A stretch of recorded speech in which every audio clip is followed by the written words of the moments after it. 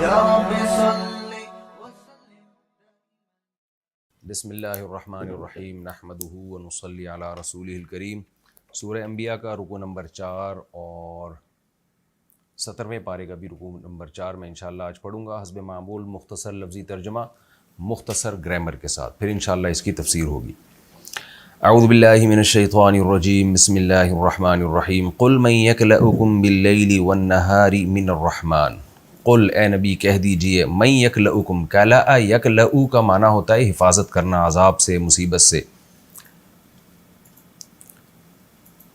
کہہ دیجئے کون ہے جو تمہاری حفاظت کرتا ہے، باللیل والنہاری، رات میں بھی اور دن میں بھی، من الرحمن، رحمان سے، یعنی رحمان اگر تمہیں مصیبت دینا چاہے تو کون ہے جو تمہاری حفاظت کرے گا۔ بل ہم عن ذکر ربہم معرضون، بلکہ یہ لوگ اپنے رب کے ذکر سے اعراض کر رہے ہیں۔ بلکہ کا مطلب یہاں پر یہ ہے کہ جب ان سے سوال پوچھا جائے کہ کون تمہیں عذاب سے بچا سکتا ہے، تو ظاہر ہے ان کا ضمیر یہ بتائے گا کہ کوئی بھی نہیں بچا سکتا۔ جب کوئی بھی نہیں بچا سکتا تو پھر رحمان کو یاد کرنا چاہیے، اس سے مانگنا چاہیے، تو اس کا تقاضا تو یہ تھا۔ لیکن آگے اللہ فرماتے ہیں لیکن ایسا ہوتا نہیں ہے، بلکہ ہو کیا رہا ہے، بل ہم عن ذکر ربہم معرضون، یہ لوگ اپنے رب کے ذکر سے اعراض کر رہے ہیں۔ ام لہم آلہۃ، کیا ہیں ان کے معبود، الہ کی جمع آلہہ، کیا ان کے بہت سے معبود ہیں، تمنعہم، جو ان کو روک لیں گے، من دوننا، ہم سے ہٹ کے، یعنی جو ان کو بچا لیں گے ہمارے عذاب سے، یعنی ہمارے علاوہ کوئی ایسے معبود ہیں جو ان کو تمنعہم، ان کو روک لیں گے، یعنی ہلاک ہونے سے روک لیں گے، عذاب سے بچا لیں گے۔ لا یستطیعون نصر انفسہم، اللہ کہتے ہیں یہ جو معبود ہیں ان کے، یہ اپنی جانوں کی اس مدد کی بھی استطاعت نہیں رکھتے، یعنی اپنی مدد کی بھی استطاعت نہیں رکھتے۔ ولا ہم منا یصحبون، اور نہ ہے یہ ہم سے، یصحبون کا معنی بھی مدد کیا جانا، یعنی یہ ایسے بھی نہیں ہے کہ ان کی ہم سے مدد کی جائے گی، ہم سے کا مطلب ہم سے بچا کے، یعنی ہمارے عذاب سے بچانے کے لیے ان کی مدد کی جائے گی۔ تو یہ صاحبہ یصحب صحبتاً کا معنی ہوتا ہے کسی کی صحبت میں رہنا۔ صاحب وہ جو آپ کی صحبت میں رہتا ہے، یعنی آپ کا دوست، تو عام طور پہ دوست مدد کرتا ہے، تو اصطلاح صحیبہ کا معنی مدد کرنا بھی ہے، یعنی لوگ کہتے ہیں نا بھائی میں تمہارے ساتھ ہوں، تم جہاں بھی ہو میں تمہارے ساتھ، کیا مطلب میں تمہیں بچانے والا ہوں۔ تو یہاں کیا مطلب ہوا، یصحبون، یہ وہ لوگ ہیں کہ اللہ کے عذاب سے بچا کے ان کی صحبت بھی اختیار نہیں کی جائے گی، یعنی ان کی مدد بھی نہیں کی جائے گی، یعنی ان کا کوئی صاحب بھی نہیں ہوگا، کوئی دوست بھی نہیں ہوگا جو ان کے معبود ہیں، یعنی یہ معبود اپنی مدد تو کر نہیں سکتے، خود جب اللہ تعالیٰ ان کو ہلاک کرنا چاہیں تو کوئی اور ان معبودوں کی مدد بھی نہیں کر سکتا۔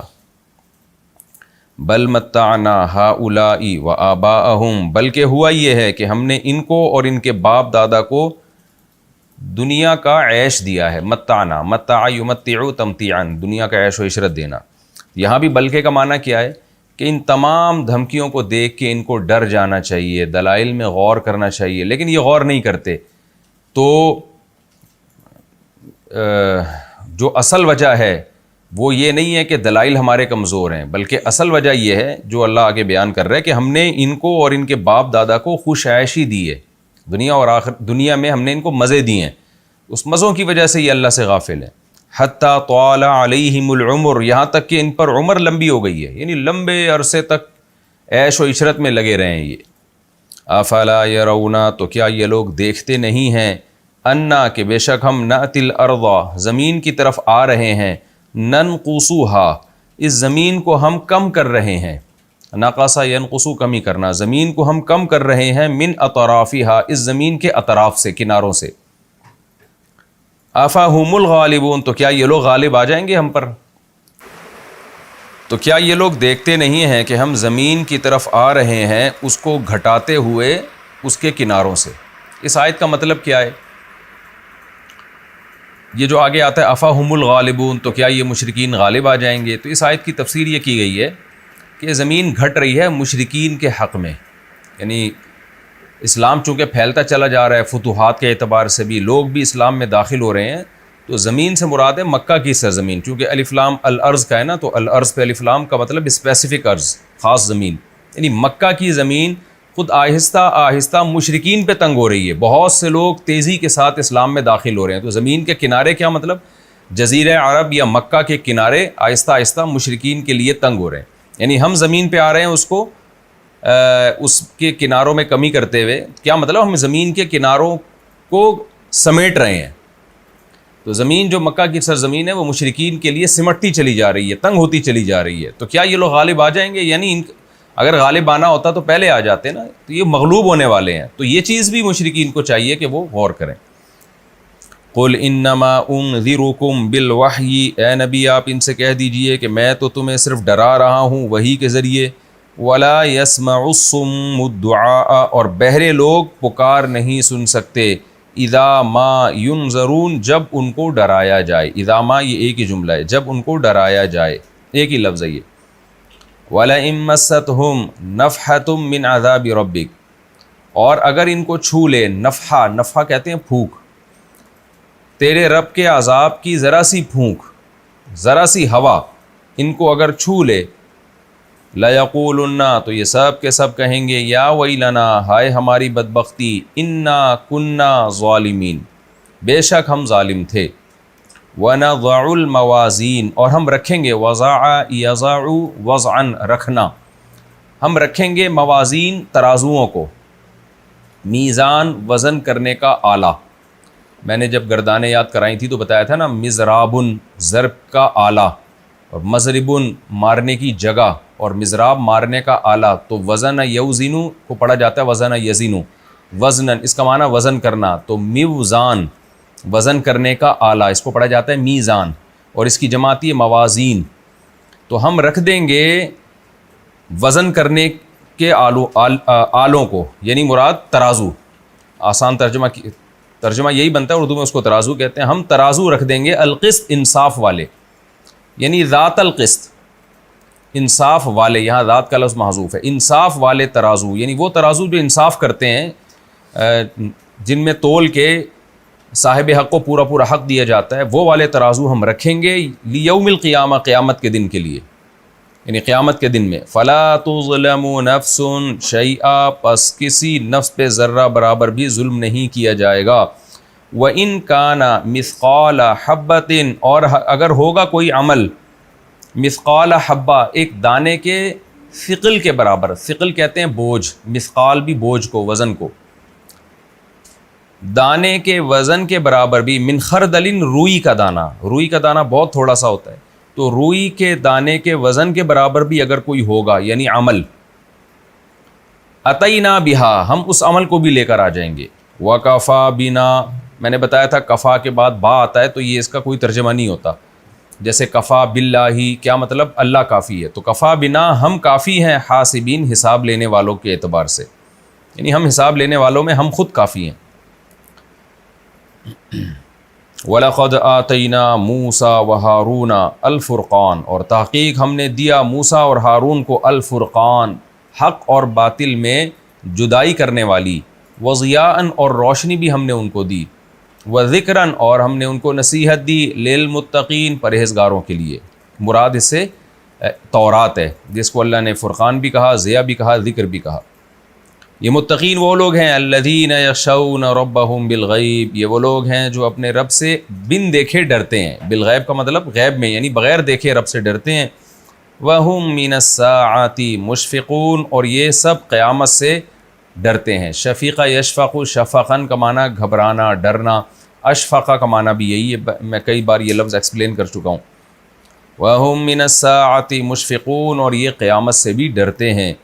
وَهَذَا ذِكْرٌ، اور یہ قرآن بھی ایک نصیحت ہے. ہذا، یہ جو ہے یہ بھی ایک نصیحت ہے. مبارکن، برکت والی ہے. انزلناہ، جسے ہم نے نازل کیا. افانتم لہ منکرون، تو کیا تم اس کا بھی انکار کر رہے ہو، اس قرآن کا بھی. یہ جناب اس رکوع کا مختصر لفظی ترجمہ ہو گیا. اب ہم اس کی تفسیر کی طرف چلتے ہیں. آپ کو پتہ ہے کہ پچھلے رکوع میں یہ تذکرہ چل رہا تھا کہ مشرکین یہ کہتے تھے کہ متی ھذا الوعد ان کنتم صادقین، یہ وعدہ کب پورا ہوگا اگر تم اے ایمان والو تم سچے ہو، یعنی عذاب کب آئے گا. تو اللہ نے بتایا کہ جب عذاب آئے گا نا تو تم اپنے چہرے سے اس عذاب کو ہٹا نہیں سکتے. قیامت کا دن ایسا ہوگا کہ کاش یہ لوگ وہ منظر دیکھ لیتے جب آگ ان کے چہروں کو اور ان کی پشت کو جلا رہی ہوگی، اور یہ نہ اپنی پشت سے آگ ہٹا سکیں گے اور نہ اپنے چہروں سے آگ ہٹا سکیں گے۔ تو اسی مضمون کی تکمیل ہے کہ اے نبی ان سے کہہ دیجئے کہ تم خود اپنے ضمیر میں غور کرو، اپنے دل سے سوچ کے بتاؤ کہ اگر اللہ کا تم پر عذاب آ جائے تو تمہیں رحمان کے عذاب سے کوئی بچا سکتا ہے کیا؟ یعنی اس عذاب کو تم مانگ تو رہے ہو اور عذاب نہیں آتا تو تم یہ سمجھتے ہو کہ اس سے پتہ چلتا ہے کہ ہمارے پتھروں کے بنے ہوئے معبود برحق ہیں، کیونکہ عذاب نہیں آ رہا ہم تو انہی کی عبادت کر رہے ہیں۔ تو اے نبی آپ ان سے پوچھئے کہ تھوڑی دیر کے لیے فرض کر لو عذاب آ گیا، تو کیا تمہارے پتھر کے معبود تمہیں عذاب سے بچا لیں گے؟ یعنی ان عذاب آئے نہ آئے، ان پتھروں کے معبودوں کا عاجز ہونا تو بہرحال ثابت ہو گیا نا۔ یہ بڑا زبردست استدلال ہے قرآن مجید کا۔ قرآن کہتا ہے قُلْ مَن يَكْلَؤُكُمْ بِاللَّيْلِ وَالنَّهَارِ مِنَ الرَّحْمَٰنِ، اے نبی ان سے کہہ دیجئے تمہیں کون ہے جو رحمان کے عذاب سے دن میں یا رات میں بچا لے گا؟ تو اللہ کہتے ہیں اس کے باوجود بھی بجائے اس کے کہ ایمان لائیں، لیکن ہوتا کیا ہے بل ہم عن ذکر ربہم معرضون، یہ لوگ اپنے رب کے تذکرے سے اعراض کرتے ہیں، خدا کو یاد نہیں کرتے۔ یہ پھر آگے اللہ اسی بات کو مزید وضاحت کرتے ہیں کہ ام لہم آلہۃ تمنعہم من دوننا، ہم سے ہٹ کے ان کے پاس کوئی ایسے خدا ہیں۔ یہ من دوننا کا مطلب ہوتا ہے ہم سے ہٹ کے، یعنی ہمارے علاوہ کوئی ایسے ان کے معبود ہیں تمنعہم، جو ان کو ہم سے روک، جو ہم یعنی ہم سے مراد ہمارے عذاب سے روک لیں گے۔ کیا یہ تمہارے معبود روک لیں گے؟ یعنی پہلے اللہ نے یہ سوال کیا کہ بتاؤ اگر تم پر عذاب آ جائے تو رحمان کے عذاب سے کون بچا سکتا ہے تمہیں؟ آگے جو مقصد تھا اللہ اس کی طرف آئے کہ یہ ایسے معبود ہیں جو تمہیں خدا کے عذاب سے بچا لیں۔ ام لہم آلہۃ، کیا اس طرح کے تمہارے پاس معبود ہیں جو تمہیں ہمارے عذاب سے بچا لیں؟ ظاہر ہے اس کا جواب ہے نہیں ہے۔ تو آگے اللہ خود بتاتے ہیں کہ یہ تمہیں اللہ کے عذاب سے تو کیا بچائیں گے، ان پر کوئی مصیبت آئے گی تو یہ اپنی مدد نہیں کر سکتے، تو جو اپنی مدد نہیں کر سکتا وہ تمہاری مدد کہاں سے کرے گا؟ لا یستطیعون نصر انفسہم، یہ معبود تو خود اپنی مدد بھی نہیں کر سکتے، ولا ہم منا یصحبون، اور نہ ہمارے عذاب سے بچا کے کوئی اور ان کی مدد کر سکتا ہے، یصحبون کوئی اور ان کا ساتھی بن سکتا ہے۔ بل متعنا ہؤلاء وآباءہم، اصل بات یہ کہ اے محمد صلی اللہ علیہ وسلم دلائل کا مسئلہ نہیں ہے کہ ان کو آپ کے دلائل سمجھ میں نہیں آ رہے، اصل بات یہ ہے بل متعنا ہؤلاء، بلکہ بات یہ ہے کہ ہم نے ان کو اور ان کے باپ دادا کو عیش و عشرت میں رکھا ہے، عذاب دیکھا نہیں ان لوگوں نے، اس لیے شریعت کی دھمکیوں کو اور اللہ کی دھمکیوں کو یہ ہلکا لے رہے ہیں۔ تو ہم نے ان کو اور ان کے باپ دادا کو خوش عیشی میں رکھا ہے، حتیٰ طال علیہم العمر، عمر ان پر بڑی لمبی ہو گئی ہے، یعنی لمبی عمر اسی حال میں گزری ہے ان کی کہ کبھی کوئی عذاب نہیں دیکھا، طوفان زلزلے نہیں دیکھے، خدا کے عذاب کو نہیں دیکھا، تو اسی میں مست ہو گئے ہیں۔ اب اس غفلت میں ہے کہ ہم تو اتنے عرصے سے ہم بھی ہمارے باپ دادا بھی بت پرستی کر رہے ہیں، آج تک تو کوئی عذاب آیا نہیں، تو اس چیز نے ان کو غافل کر دیا ہے۔ تو آگے اللہ فرماتے ہیں اس غفلت کے پردے سے نکلو، اس لیے کہ تم یہ دیکھ رہے ہو کہ زمین تمہارے ہاتھ سے نکلتی جا رہی ہے، تمہاری سرداری ختم ہوتی جا رہی ہے، یعنی دنیا میں بھی اللہ دکھا رہا ہے کہ اسلام غالب آ رہا ہے۔ افلا یرون، تو کیا یہ لوگ دیکھتے نہیں ہیں انا ناتی الارض ننقصها من اطرافها، کہ ہم زمین میں اس کے چاروں طرف سے کمی کرتے ہوئے آ رہے ہیں، یعنی ہم زمین کے پاس آ رہے ہیں، ظاہر ہے اللہ تو نہیں آئے گا زمین کے پاس، یہ ایک محاورتاً کہا جاتا ہے کہ ہم یہ کام کرتے ہوئے آ رہے ہیں، یعنی ہم مسلسل زمین کو چاروں طرف سے مشرکین کے اوپر سمیٹ رہے ہیں، تنگ کر رہے ہیں، دھڑا دھڑ لوگ ان کی سختیوں کے باوجود مسلمان ہو رہے ہیں اور زمین ان کی ہاتھ سے نکلتی جا رہی ہے۔ تو کیا یہ لوگ دیکھتے نہیں ہیں؟ افاہم الغالبون، تو کیا یہ لوگ ہم پہ غالب آ جائیں گے؟ آنا ہوتا تو اب تم پاور میں ہو، اب آ جاتے، اتنی پاور کے باوجود زمین تمہارے ہاتھ سے نکل رہی ہے اور سمٹ رہی ہے، تو بعد میں تم کیسے ہم پہ غالب آ سکتے ہو؟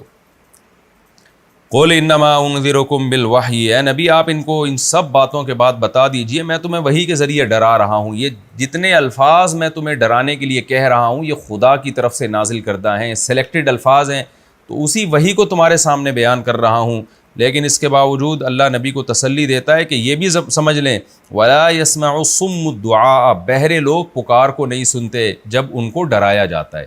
تو اگر آپ کی اس پکار پہ یہ جواب نہ دیں تو سمجھ لیں کہ بہروں کے سامنے بات کرنا، اس سے اگر وہ بات نہیں سنتے تو یہ آپ کا قصور نہیں ہے بلکہ ان میں سمجھنے کی سننے کی صلاحیت ہی ختم ہو گئی ہے۔ اور رہا مسئلہ عذاب کا کہ عذاب کیوں نہیں آتا، تو اللہ نے بتایا کہ ابھی تو یہ عذاب مانگ رہے ہیں، لیکن ان کی حالت یہ ہے کہ عذاب تو دور کی بات، عذاب کا ایک ہلکا سا جھونکا بھی آ گیا تو ان کی چیخیں نکل جائیں گی۔ وَلَئِن مَّسَّتْهُمْ نَفْحَةٌ مِّنْ عَذَابِ رَبِّكَ، اگر ان کو تیرے رب کے عذاب کا ذرا سا بھی نفحہ ینفعو کا معنی پھونک مارنا، ذرا سی پھونک بھی اگر ان کو تیرے رب کے عذاب کی لگ گئی، لَيَقُولُنَّ، تو یہ سب یہ کہیں گے یا وَيْلَنَا إِنَّا كُنَّا ظَالِمِينَ، ہائے ہماری بدبختی، بے شک ہم ظالم تھے۔ اور آج ہم نے لبرل اور مذہب مخالف لوگوں کا یہ حال دیکھا ہے، جو مذہب کو نہیں مانتے نا، اللہ سے نہیں ڈرتے، بڑے خوش عیشی میں ٹائم گزارتے ہیں اور جیسے بس یہی دنیا اصل ہے، لیکن تھوڑا سا کوئی قدرتی آفت آئے نا تو آپ ان کی چیخیں دیکھیں کیسے نکلتی ہیں، کیونکہ ان کو تو امید ہی نہیں ہوتی، توقع ہی نہیں ہوتی کہ کچھ جس حالت میں ہم زندگی گزار رہے ہیں یہ چینج بھی ہو سکتی ہے۔ ذرا سی کوئی آئے نا تو پھر ان کی ڈپریشن سے حال دیکھیں اور ان کی چیخیں دیکھیں کیا نکلتی ہیں۔ وَنَضَعُ الْمَوَازِينَ الْقِسْطَ لِيَوْمِ الْقِيَامَةِ، اللہ فرماتے ہیں کہ ذرا سا عذاب آ جائے تو حال یہ ہوگا، اور قیامت کا حال کیا ہوگا کہ ہم میزان کے ترازوؤں کو، عدل کے ترازوؤں کو قیامت کے دن قائم کریں گے۔ ترازوؤں سے مراد یہ کہ یا تو ہر شخص کے لیے الگ ترازو ہوگا، یا ایک ہی ترازو کو اللہ نے بہت سے ترازو سے تعبیر کیا ہے کہ ایک ترازو مختلف قسم کے اعمال تولے گا، تو ہر دفعہ جس چیز کو تولے گا اس کو ایک الگ ترازو سے تعبیر کیا ہے۔ جیسے قرآن میں آتا ہے نا مشرق اور مغرب، لیکن مشرقین مغربین بھی ہے، مشارق مغارب بھی ہے، تو ایک ہی مشرق کو کبھی ایک مشرق کہا اللہ نے، کبھی اس کو دو مشرق کہا کہ سورج سردیوں میں جہاں سے نکلتا ہے اور گرمیوں میں جہاں سے نکلتا ہے، وہ دونوں الگ الگ مشرق ہو گئے۔ اور کبھی ہر دن جو سورج تھوڑی سی ڈائریکشن چینج کرتا ہے طلوع ہونے میں، ان تمام مشرقوں کو اللہ نے مشرقوں سے تعبیر کر کے مشارق کہا ہے۔ تو ایک ہی چیز کو مختلف اعتبار سے واحد سے بھی تعبیر کیا جاتا ہے اور جمع کے صیغوں سے بھی تعبیر کیا جاتا ہے۔ ہم قیامت کے دن عدل کا ترازو رکھیں گے، فَلَا تُظْلَمُ نَفْسٌ شَيْئًا، پھر کسی پر ذرہ برابر ظلم نہیں ہوگا، ایک ایک شخص کو اس کے عمل کا پورا پورا بدلہ دیا جائے گا۔ کیسا؟ وَإِن كَانَ مِثْقَالَ حَبَّةٍ، کانا کے اندر ہوا ضمیر جو ہے یہ لوٹ رہی ہے عمل کی طرف، اگر ہوگا وہ عمل، یعنی جو بھی شخص عمل لے کر آئے گا وہ مثقال حبۃ من خردل، روئی کے دانے کے وزن کے برابر بھی عمل لے کر آئے گا، اتینا بہا، ہم اس کو بھی لے آئیں گے، یعنی چھپائیں گے کچھ بھی نہیں، نہ برائی نہ اچھائی۔ وَكَفَى بِنَا حَاسِبِينَ، اور ہم حساب لینے والوں کے اعتبار سے سب سے بہتر ہیں، یعنی ہم سب سے بہتر حساب لینے والے ہیں، کافی ہیں، ہمیں ضرورت ہی نہیں ہے میزان کے ترازو کی، لیکن پھر بھی حجت تمام کرنے کے لیے ہم یہ ترازو رکھیں گے، تو ورنہ ہم حساب کے لیے خود کافی ہیں۔ وَلَقَدْ آتَيْنَا مُوسَىٰ وَهَارُونَ الْفُرْقَانَ وَضِيَاءً، یہاں سے پیغمبروں کا تذکرہ شروع ہو رہا ہے، کیونکہ سورت کا نام ہے سورہ انبیاء، تو اس میں پیغمبروں کا تذکرہ ہے۔ قرآن نے عقلی دلائل دیے اس رکوع میں آپ کے سامنے، قرآن نے پہاڑوں کی مثال دی، قرآن نے کہا کہ زمین اور آسمان بند تھے، ہم نے ان کو کھول دیا، اور کیسے سورج اور چاند کو تمہاری خدمت میں لگا دیا۔ اب اللہ پچھلے انبیاء کے واقعات سنا رہے ہیں کہ اسلام کوئی نئی چیز نہیں ہے، پیغمبر کا آنا کوئی نئی بات نہیں ہے، یہ ہمیشہ سے پیغمبر آتے رہے ہیں، قوموں کے درمیان مکالمے ہوتے رہے ہیں، جو مانے ان کو اللہ نے کامیاب کیا، جو نہیں مانے ان کو اللہ نے ناکام کیا۔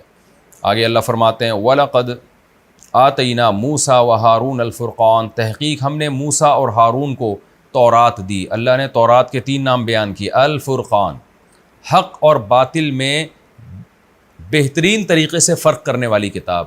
میں بار بار اس لفظ کو ایکسپلین کر چکا ہوں، ایک ہے فارق کا معنی فرق کرنے والا، اور فرقان مبالغہ ہے، بہترین طریقے سے فرق کرنے والا، کہ کوئی کنفیوژن رہے ہی نہیں باقی۔ تو ہم نے موسیٰ اور ہارون کو فرقان دی، وضیاء، روشنی دی۔ کیا مطلب؟ گمراہی کے اندھیروں میں تورات ایک روشنی تھی جس سے بنی اسرائیل کو نظر آ گیا کہ صحیح کیا ہے غلط کیا، وذکراً، اور نصیحت تھی۔ نصیحت کا مطلب اس میں ان کی خیر خواہی تھی، کس کے لیے؟ للمتقین، پرہیزگاروں کے لیے، جو پرہیزگار بننا چاہتے ہیں۔ ظاہر ہے جو نہیں چاہتے ان کو کیا تورات سے ہدایت ملے گی؟ الذین یخشون ربهم بالغیب، یہ متقین وہ لوگ ہیں جو اپنے رب کو سے بغیر دیکھے ڈرتے ہیں، وہم من الساعۃ مشفقون، اور قیامت سے بھی ڈرتے ہیں، یعنی رب سے بھی ڈرتے ہیں۔ کیا مطلب؟ اللہ کی عظمت اور جلال کا بھی خوف ہے کہ ہم نے اگر خدا کی نافرمانی کی، غلط ٹریک پہ ہم چلے تو خدا کے سامنے ہم کیسے کھڑے ہوں گے، اور دوسرا قیامت کا بھی خوف ہے، قیامت کی ہولناکیوں کا، کہ ہم نے اگر تورات کو فالو نہیں کیا تو کل میدان حشر میں حال کیا ہوگا ہمارا۔ ان دونوں چیزوں سے یہ ڈرتے ہیں۔ وَهَذَا ذِكْرٌ مُبَارَكٌ، اور یہ بھی نصیحت ہے برکت والی، یعنی قرآن کی طرف اللہ اشارہ کر رہا ہے، انزلناہ، جس کو ہم نے نازل کیا۔ کیا مطلب؟ یہ بھی فرقان ہے، یہ بھی ضیاء ہے، یہ بھی ذکر ہے، اور یہ بھی پرہیزگار لوگوں کے لیے نصیحت ہے۔ جو ہٹ دھرم ضدی لوگ ہیں ان کو اس سے بھی فائدہ نہیں ہوگا، لہذا اس سے بھی ان کو فائدہ ہوگا جو رب کے عظمت اور جلال سے ڈرتے ہیں اور جن کو حساب و کتاب کا خوف ہے۔ افانتم لہ منکرون، تو کیا تم اس کا انکار کر رہے ہو؟ یعنی ایسی کتاب جو فرقان بھی ہو، ضیاء بھی ہو اور ذکر بھی ہو، ایسی کتاب کا انکار کرنا، اس کا مطلب آپ یہ چاہتے ہی نہیں ہو کہ آپ میں حق اور باطل میں فرق کرنے کی صلاحیت پیدا ہو، یا آپ کو پتہ چلے کہ حق کیا ہے باطل کیا ہے، اور آپ یہ چاہتے ہی نہیں ہو کہ گمراہی کے اندھیروں میں آپ کو روشنی ملے، اور آپ یہ چاہتے ہی نہیں ہو کہ کوئی آپ کو نصیحت کرے۔ تو افانتم لہ منکرون، اس کا انکار کر رہے ہو تم۔ یہ جی ہمارا رکوع الحمدللہ کمپلیٹ ہو گیا، بہت آسان رکوع تھا یہ، میں فوراً ہی اگلے رکوع کی طرف چلتا ہوں۔ اب ہم شروع کرتے ہیں سورہ انبیاء کا رکوع نمبر 5 اور 17ویں پارے کا بھی رکوع نمبر 5۔ حسب معمول مختصر لفظی ترجمہ، تفسیر، گرامر، اور پھر انشاءاللہ اس کی تفسیر۔ بسم اللہ الرحمن الرحیم۔ وَلَقَدْ آتَيْنَا إِبْرَاهِيمَ رُشْدَهُ مِن قبل، البتہ تحقیق ہم نے ابراہیم کو ان کی رشد دی۔ رشد ہدایت کو کہتے ہیں، سمجھداری کو کہتے ہیں۔ رشید کا مطلب سمجھدار آدمی، سیدھے راستے پہ چلنے والا، کیونکہ سمجھدار ہی سیدھے راستے پہ چلتا ہے۔ ارشاد کا لفظ سنا ہوگا نا، کسی کی رہنمائی کرنا، کہتے ہیں جی آپ اس بارے میں، یہ جو ہم کہتے ہیں نا آپ ارشاد فرمائیں، تو یہ اصل میں رہنمائی کا معنی میں تھا کہ یعنی آپ کچھ بولیں جس سے ہمیں صحیح بات سمجھ میں آئے، تو پھر اردو میں یہ لفظ ارشاد بن گیا کہ آپ کچھ بھی فرمائیں چاہے اس میں ہدایت نہ بھی ہو، ورنہ اصل میں ارشاد کا معنی ہوتا ہے کسی کی رہنمائی کرنا، رشد کی طرف لے کے جانا کسی کو، رشد و ہدایت۔ وَلَقَدْ آتَيْنَا إِبْرَاهِيمَ رُشْدَهُ مِن قبل، البتہ تحقیق ہم نے ابراہیم کو ان کی رشد دی، یعنی ان کی سمجھداری عطا کی، من قبل پہلے، یعنی موسیٰ اور ہارون سے پہلے ہم نے ابراہیم کو دی۔ وَكُنَّا بِهِ عَالِمِينَ، اور تھے ہم ابراہیم کے بارے میں عالمین، جاننے والے۔ عالم تھا، جاننا، عالمین جمع ہے، تو جمع کا صیغہ اللہ اپنے لیے لے کر آئے ہیں، کیونکہ کننا میں اصل میں تھا کوننا، ضربنا، تو ہم تھے، تو یہ تعظیم کے لیے اپنے لیے جمع کا صیغہ استعمال کیا جاتا ہے۔ اذ قال لأبیہ، جب ابراہیم نے کہا اپنے والد سے، وقومہ، اور اپنی قوم سے، ما ہذہ التماثیل، یہ کیا تصویریں ہیں؟ تمثال کی جمع تماثیل، تو وہ جو بت بناتے تھے نا، تصویریں ہی تھی وہ۔ ما ہذہ التماثیل، یہ کیا تصویریں ہیں؟ انتم لہا عاکفون، کہ تم ان کے سامنے بیٹھے رہتے ہو۔ ما ہذہ التماثیل التی انتم لہا عاکفون، یہ کیسی تصویریں ہیں جن کے سامنے تم جھکے رہتے ہو۔ قالوا وجدنا آباءنا لہا عابدین، کہنے لگے ہم نے پایا ہے اپنے باپ دادا کو۔ آبا اب کی جمع ہے، اب یعنی اب باپ کو کہتے ہیں آبا، جو باپ دادے گزرے ہیں۔ ہم نے اپنے باپ دادوں کو پایا ہے لہا عابدین، انہی تصویروں کی عبادت کرتے ہوئے۔ قال لقد کنتم، حضرت ابراہیم نے فرمایا البتہ تحقیق تم بھی، انتم تم بھی، و آباؤکم اور تمہارے باپ دادا بھی، فی ضلال مبین کھلی ہوئی گمراہی میں ہیں۔ قالوا وہ کہنے لگے، اجئتنا بالحق، اے ابراہیم کیا تو آیا ہے حق کے ساتھ؟ ام انتا من اللاعبین، یا تو کھیل کرنے والوں میں سے ہے؟ یعنی اے ابراہیم کیا تو بالکل سیریسلی یہ بات کہہ رہا ہے؟ حق کے ساتھ کا مطلب حق بعض دفعہ مذاق کا الٹ بھی ہوتا ہے، مزاح اور غیر سنجیدہ کی اپوزٹ بھی ہے حق، تو کیا مطلب ہوگا کہ تو سیریسلی یہ بات کہہ رہا ہے یا تو ہمارے ساتھ مذاق کر رہا ہے؟ قال، ابراہیم علیہ السلام نے فرمایا، بلکہ بات یہ ہے، یعنی میں مذاق نہیں کر رہا، بات اصل میں یہ ہے، ربکم رب السماوات، کہ تمہارا رب آسمانوں کا رب ہے، والارض اور زمین کا رب، الذی فطرہن، وہ رب جس نے ان آسمانوں اور زمین کو پیدا کیا، وانا علی ذالکم، اور میں اس بات پر من الشاہدین، گواہوں میں سے ہوں، میں گواہی دیتا ہوں کہ تمہارا رب وہ ہے جس نے آسمانوں اور زمینوں کو پیدا کیا۔ وَتَاللَّهِ، اور اللہ کی قسم، لَأَكِيدَنَّ أَصْنَامَكُمْ، کادہ یکیدو کا معنی بری تدبیر کرنا، میں بری تدبیر کروں گا تمہارے بتوں کے ساتھ۔ صنم کہتے ہیں پتھر کے بت کو، اسنام اس کی جمع۔ بعد ان تولوا، بعد اس کے کہ تم پیٹ پھیرو گے، مدبرین، تم جاؤ گے مدبرین پیٹ پھیرتے ہوئے، ادبر یدبر ادبارن کا معنی پیٹ پھیرنا، اس کو کہتے ہیں حال مؤکد۔ تولوا کا مطلب تم پھرائے جاؤ گے، تو تولا کا معنی ہی پیٹ پھیرنا ہے، ادبار کا معنی پھر پیٹ پھیرنا، تو اس کو کہتے ہیں یہ یعنی اسی پیٹ پھیرنے کے لفظ کو اللہ اسی معنی کو دوسرے لفظ سے تکرار کیا ہے اس کا۔ یعنی تم جب یہاں سے پشت پھیر کے جاؤ گے تو اللہ کی قسم میں تمہارے بتوں کی گت بناؤں گا. یہ دل میں کہا ابراہیم علیہ السلام نے. فجعلہم جذاذا، پھر ابراہیم علیہ السلام نے بنا دیا ان کو ٹکڑے ٹکڑے. جزاز بمعنی مفعول ہے، فعال عربی میں مفعول کے معنی میں آتا ہے مجذوذ. تو جزا کا معنی بھی کاٹنا بھی، بالوں کا کاٹنا میں بھی آتا ہے یہ. تو کٹے ہوئے یعنی جو ٹکڑے ٹکڑے ہوتے ہیں. میں ان کو حضرت ابراہیم نے بنا دیا ان بتوں کو ٹکڑے ٹکڑے. الا کبیر لہم، مگر ان بتوں میں جو بڑا تھا اس کو نہیں بنایا. لعلہم الیہ یرجعون، تاکہ لوگ اس کی طرف لوٹیں.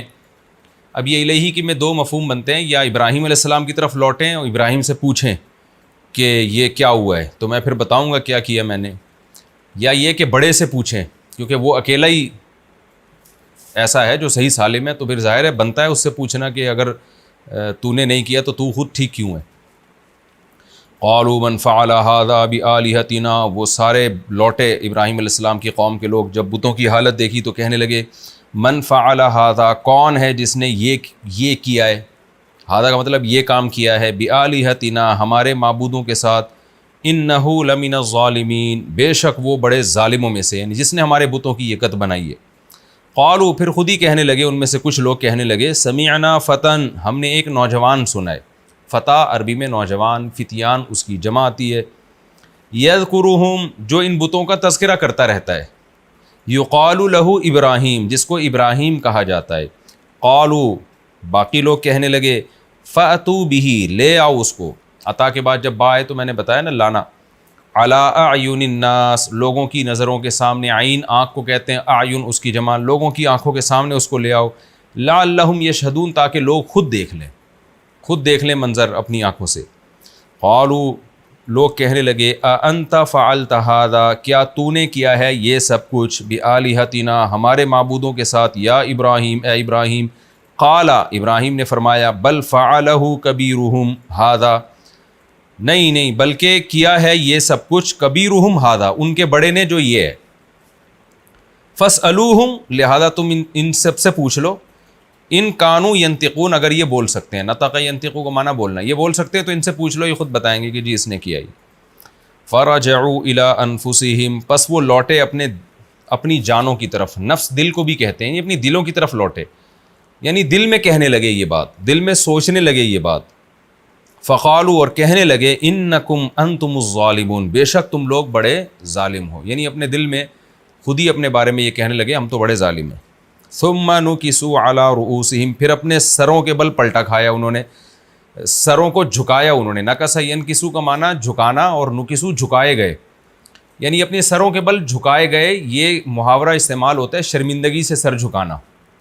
بعض دفعہ انسان شرمندہ ہو جاتا ہے نا تو شرمندگی میں خود سر جھکاتا نہیں، غیبی طاقت اس کے سر کو جھکا دیتی ہے. اتنا شرمندہ ہو جاتا ہے کہ بعض صیغے قرآن میں فعل مجہول استعمال ہوتے ہیں. جیسے میں نے بتایا نا القی السحرۃ ساجدین، جادوگر سردے میں ڈال دیے گئے. تو ڈال دیے گئے کا مطلب یہ کہ ایک دم موسیٰ علیہ السلام سے ایسے متاثر ہوئے کہ بس لاشعوری طور پر وہ سردے میں چلے گئے. تو یہاں بھی ایسا ہی ہے کہ لاشعوری طور پر ان کے سر جھک گئے شرمندگی سے، ندامت سے، اور کہنے لگے لقد علمت ما هؤلاء ينطقون، اے ابراہیم تو جانتا ہے کہ یہ لوگ بول نہیں سکتے ہیں. قال افتعبدون من دون اللہ، ابراہیم علیہ السلام نے فرمایا تو کیا تم عبادت کرتے ہو اللہ کو چھوڑ کے، ما لا ينفعکم شیئا، ان معبودوں کی جو تمہیں ذرا فائدہ نہیں پہنچا سکتے، ولا یضرکم، اور نہ تمہیں نقصان پہنچا سکتے ہیں. افل لکم، تف ہے تمہارے اوپر. یہ افسوس کا جملہ ہے، ہم کہتے ہیں نا اف ہے یار تمہارے اوپر، اردو میں بھی اس طرح استعمال ہوتا ہے. تو تف ہے تمہارے اوپر، ولیما تعبدون من دون اللہ، اور ان معبودوں پر جن کو تم اللہ کو چھوڑ کے جن کی تم عبادت کرتے ہو. افلا تعقلون، تو تم عقل سے کام کیوں نہیں لیتے. قالوا حرقوہ، وہ کہنے لگے حرق یحرق تحریقا، جلانا، جلا دو ابراہیم کو. وانصروا آلہتکم، اور اپنے معبودوں کی مدد کرو، نصرت کرو. ان کنتم فاعلین، اگر تم کچھ کرنا چاہتے ہو. قلنا یا نار، ہم نے کہا اے آگ، کونی بردن، کن کا معنی ہو جا، کونی یہ آگ چونکہ مؤنث ہے نا تو اس کے لیے مؤنث کا صیغہ استعمال ہوا. کونی ہو جا تو، بردن ٹھنڈی، برد عربی میں سردی کو کہتے ہیں.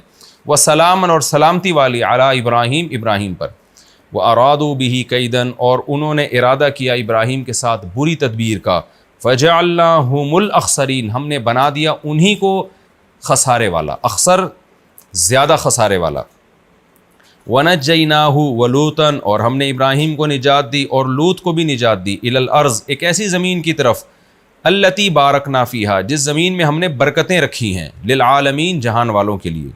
وَوَهَبْنَا لَهُ إِسْحَاقَ وَيَعْقُوبَ اور ہم نے ہبہ کیا ابراہیم کو اسحاق بھی اور یعقوب بھی جو پوتے تھے. نافلتاً اضافی یعنی اضافی ہم نے ایک اور تحفہ ان کو دیا. نافل نفل اضافی نفل کہتے ہیں نا, نفل نماز ہے یعنی جو فرض بھی نہیں ہے واجب بھی نہیں ہے. وَكُلًّا جَعَلْنَا صَالِحِينَ اور سب کو ہم نے نیک بنایا. وَجَعَلْنَاهُمْ أَئِمَّةً اور بنایا ہم نے سب کو امام, یعنی ابراہیم علیہ السلام کی اولاد میں جو یہ اسحاق اور پیدا ہوئے اور خود ابراہیم, ان سب کو ہم نے بنایا ائمہ امام. امام کی جمع ائمہ آتی ہے. یہدون بامرنا جو لوگوں کی رہنمائی کرتے تھے ہمارے حکم سے. واوحینا الیہم اور ہم نے وحی کی ان کی طرف فعل الخیرات اچھائیوں کے عمل کی. فعل کہتے ہیں فعل, خیرات نیکیاں, نیکیوں کے عمل کی ہم نے وحی کی تاکہ لوگوں کو بتائیں. وَإِقَامَ الصَّلَاةِ اور نماز قائم کرنے کی. وَإِيتَاءَ الزَّكَاةِ اور زکوٰۃ ادا کرنے کی. وَكَانُوا لَنَا عَابِدِينَ اور یہ سب ہماری عبادت کرنے والے تھے. وَلُوطًا آتَيْنَاهُ حُكْمًا وَعِلْمًا اور لوط کو بھی ہم نے حکم یعنی فیصلے کی قوت یعنی مراد نبوت ہے اور علم عطا کیا. تفسیر میں ڈیٹیل آئے گی انشاءاللہ. وَنَجَّيْنَاهُ مِنَ الْقَرْيَةِ اور ہم نے ان کو نجات دی ایک ایسی بستی سے. الَّتِي وہ بستی كَانَتْ تَعْمَلُ الْخَبَائِث جو خبائث عمل کرتی تھی, یعنی مراد لڑکوں سے بدفعلی.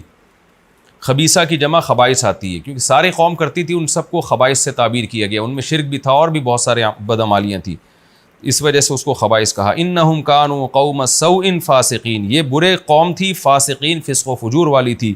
وادخلناہ فی رحمتنا اور لوط کو ہم نے اپنی رحمت میں داخل کر لیا. انہ من الصالحین بے شک وہ نیک لوگوں میں سے تھے. یہ جی اس رکوع کا لفظی ترجمہ ہو گیا. وقت تو ہمارا بھی باقی ہے لیکن اس میں تفسیر پوری نہیں ہو سکے گی اور ادھوری رہ جائے گی, اور پورے رکوع میں ایک ہی واقعہ بیان کیا گیا ہے, تو میں انشاءاللہ اس کو اگلے ایپیسوڈ کے لیے مؤخر کرتا ہوں. تو اگلے ایپیسوڈ میں انشاءاللہ ہم سورہ انبیاء کا رکوع نمبر 5 اور 17ویں پارے کا بھی رکوع نمبر 5 اس کی تفسیر سے ہم اسٹارٹ کریں گے. اللہ تعالی ہمیں سمجھنے کی, عمل کی توفیق عطا فرمائے. وما علینا الا البلاغ.